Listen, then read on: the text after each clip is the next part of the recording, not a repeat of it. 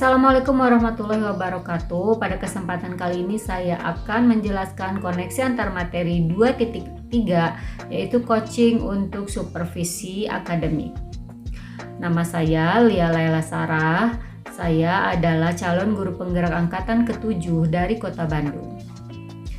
Baik, dalam melaksanakan coaching, maka kita harus memiliki paradigma berpikir coaching. Dalam paradigma ini, yang pertama kita harus fokus pada coaching yang ingin dikembangkan. Jadi kita tidak fokus pada hal lain ataupun pengalaman pribadi. Yang kedua yaitu kita harus bersikap terbuka dan memiliki rasa ingin tahu. Yang ketiga yaitu harus memiliki kesadaran diri yang kuat. Dan yang keempat yaitu harus mampu melihat peluang baru dan juga masa depan. Nah, sesuai dengan paradigma berpikir ini, maka ada beberapa prinsip coaching yang harus kita pegang sebagai coach. Yang pertama yaitu kemitraan. Artinya tidak ada status yang lebih tinggi antara coach dan coachee. Jadi antara coach dan coachee sifatnya adalah sejajar. Tidak ada seseorang yang lebih ahli ataupun seseorang yang lebih tinggi pengalamannya. Dalam coaching, coach dan coachee itu setara atau memiliki kemitraan. Kemudian yang kedua yaitu proses kreatif. Selama menjalankan coaching, maka kita harus memiliki kreativitas untuk mengembangkan solusi-solusi ataupun rencana aksi yang akan diambil oleh coachee. Oleh karena itu di sini coach harus memiliki kreativitas.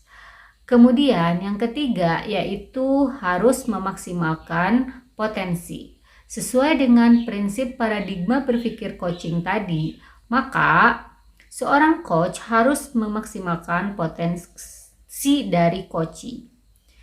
Nah, ada beberapa kompetensi inti yang harus dimiliki oleh seorang coach atau kompetensi inti coaching. Yang pertama yaitu kehadiran penuh atau presence. Kehadiran penuh atau presence.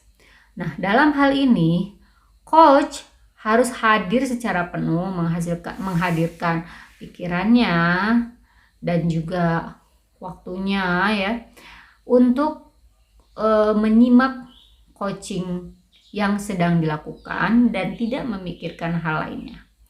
Kemudian kompetensi inti yang kedua yaitu harus mendengarkan aktif.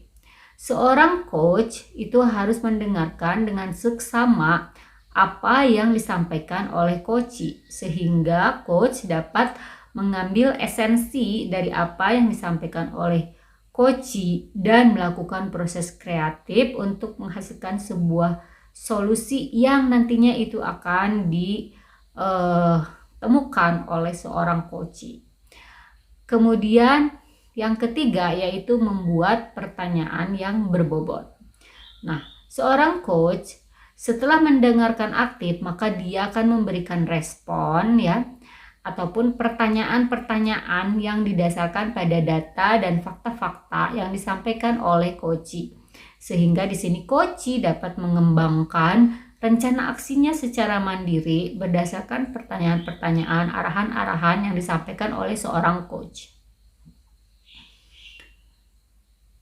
Nah, salah satu metode yang bisa kita laksanakan yaitu alur tirta.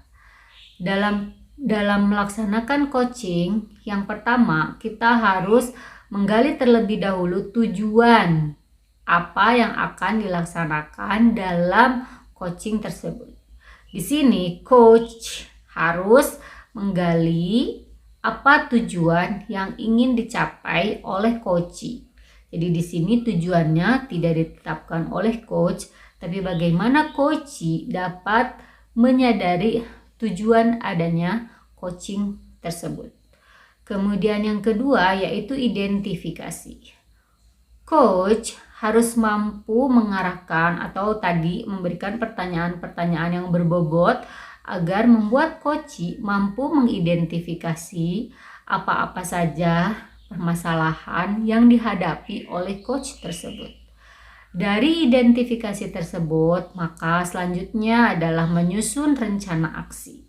Nah, di sini coach akan membantu coach untuk menyusun rencana aksi yang akan dia lakukan dalam menyelesaikan permasalahan-permasalahan yang disampaikan di dalam coaching tersebut.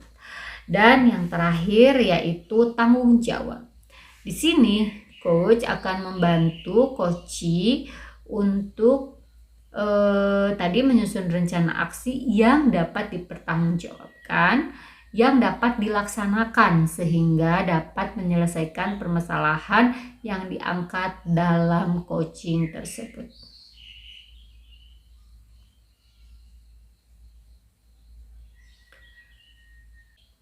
Demikian review yang bisa saya sampaikan untuk koneksi antar materi 2.3. Nah, berkaitan dengan pertanyaan yang ada di dalam